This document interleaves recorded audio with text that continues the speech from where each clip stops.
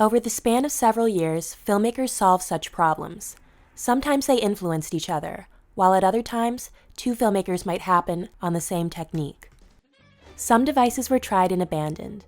By 1917, filmmakers had worked out a system of formal principles that were standard in American filmmaking. That system has come to be called the classical Hollywood cinema. Despite this name, many of the basic principles of the system were being worked out before filmmaking was centered in Hollywood, and indeed, many of those principles were first tried in other countries. In the years before World War I, film style was still largely international, since films circulated widely outside their countries of origin.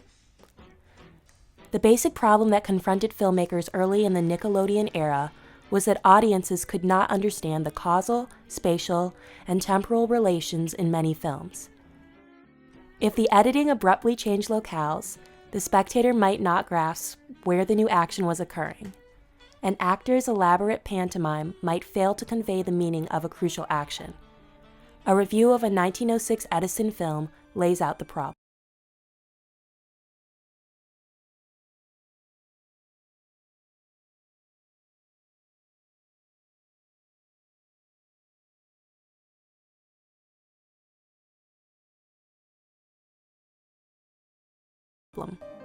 In a few theaters, a lecturer might explain the plot as the film unrolled, but producers could not rely on such aids.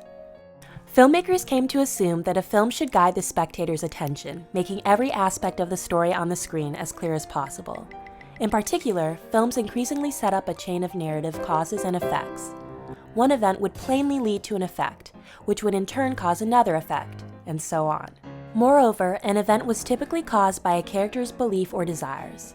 Character psychology had not been particularly important in early films. Slapstick chases or brief melodramas depended more on physical action or familiar situations than on character traits. Increasingly after 1907, however, character psychology motivated actions. By following a series of characters' goals and resulting conflicts, the spectator could comprehend the action. Every aspect of silent film style came to be used to enhance narrative clarity. Staging in depth could show the spatial relationships among elements. Intertitles could add narrative information beyond what the images conveyed. Closer views of the actors could suggest their emotions more precisely.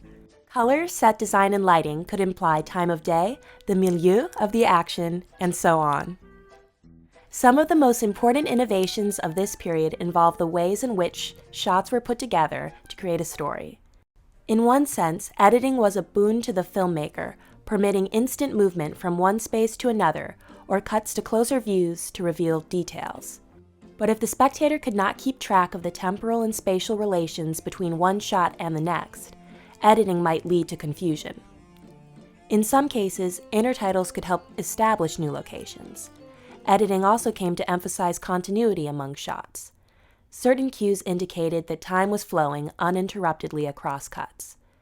Between scenes, other cues might suggest how time had been skipped over. When a cut moved from one space to another, the director found ways to orient the viewer.